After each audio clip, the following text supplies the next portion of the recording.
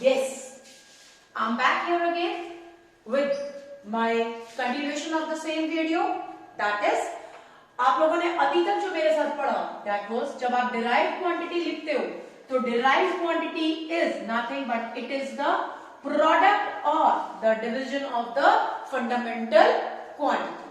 तो यहाँ पर मैंने आपको तब सबसे पहले बताया था स्पीड, और मैंने आपको दिखाया भी था स्पीड का फॉर्मूला क्या होता है, डिस्टेंस अपॉन टाइम.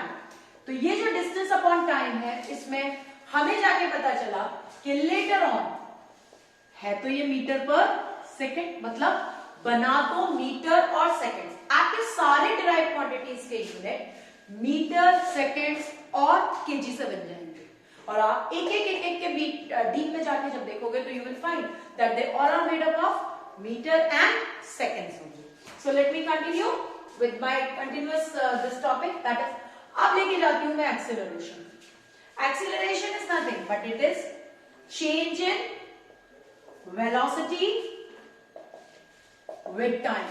अच्छा, अब एक बात बताओ बेटा, यदि आपके पास change in velocity आया है तो velocity में से velocity माइनस होगी, आएगा तो velocity कोई लेंथ तो आ नहीं जाएगा. तो यहां पर आपने कहा फाइनली आपके पास आएगा velocity अपॉन टाइम. जितने लोग इस चैनल को देख रहे हैं इस समय, उन सबको पता है ना कि वेलोसिटी का यूनिट और स्पीड का यूनिट सेम होता है. तो यदि मैं इसे बनाऊं तो ये बना ना मीटर पर सेकेंड अपॉन सेकेंड, मतलब मीटर पर second square. Is that okay? इसके बाद आपके पास आता है, चलो फोर्स पे चलते हैं. फोर्स तो सबसे इजी है, मास इनटू एक्सीलरेशन. आप क्या देखोगे, मास का यूनिट हो गया केजी, एक्सीलरेशन का यूनिट हो गया मीटर पर second square.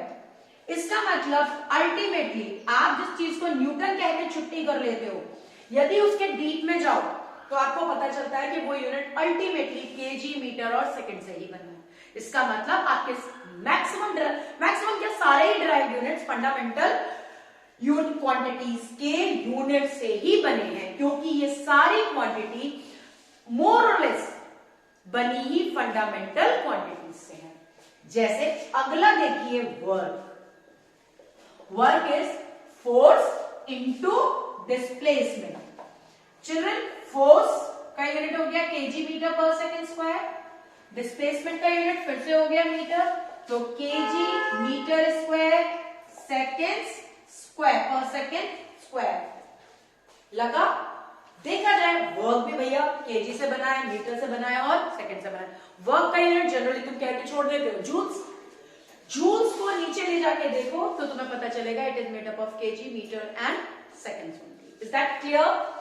Okay, next I go on with my next concept. मैं लेके जाती हूं काइनेटिक एनर्जी.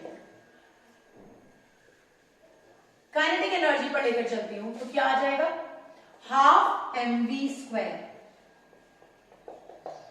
हाफ का तो कोई भैया ना यूनिट होता है ना डायमेंशन हो सकती है, तो हाफ को तो मैं यूनिट लेस मान के चलती हूँ. KG is mass is KG, velocity is velocity is metre पर सेकेंड का स्क्वायर. तो अल्टीमेटली बना केजी मीटर स्क्वायर पर सेकेंड स्क्वायर बना. आप सबने पढ़ा हुआ है एक्सीलरेशन ड्यू टू ग्रेविटी.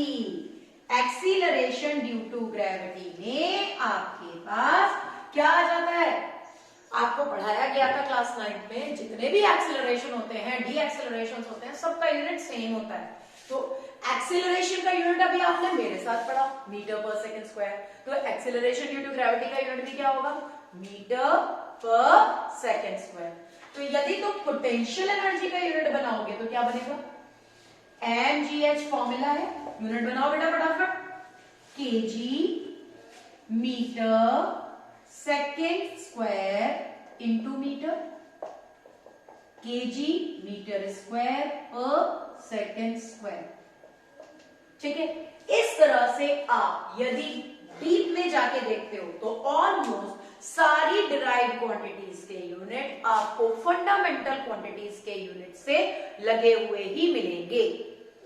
आपको मेरे साथ सबसे ज्यादा जो बेनिफिट होगा वो होगा एक कॉमन मैन लैंग्वेज में. If you like my channel, please do subscribe it and press the bell icon and put a like. Definitely put a like on it. बच्चों, मैं हमेशा कोशिश करती हूँ कि मैं आपकी उस स्टूडेंट फ्रेंडली लैंग्वेज पर आपको लेक्चर दूं जो नॉर्मल बच्चे को बहुत आराम से समझ में आए। देखो, अबव एवरेज तो कुछ भी समझ लेता है, लेकिन एवरेज वाला जो बच्चा होता है उसे कॉमन मैन लैंग्वेज चाहिए, which will be the biggest I must say, which will be the biggest advantage for you to subscribe my channel, that I will always be available to you in the form of a common language. So, till the time I come again and meet you again and put a new topic, dimensional analysis for you all, please stay at home, stay safe and study hard. This was a very basic topic, so I hope you have understood it, and very soon, tomorrow you will be seeing a new unit, new topic, that is dimensional analysis. Till then, bye everyone.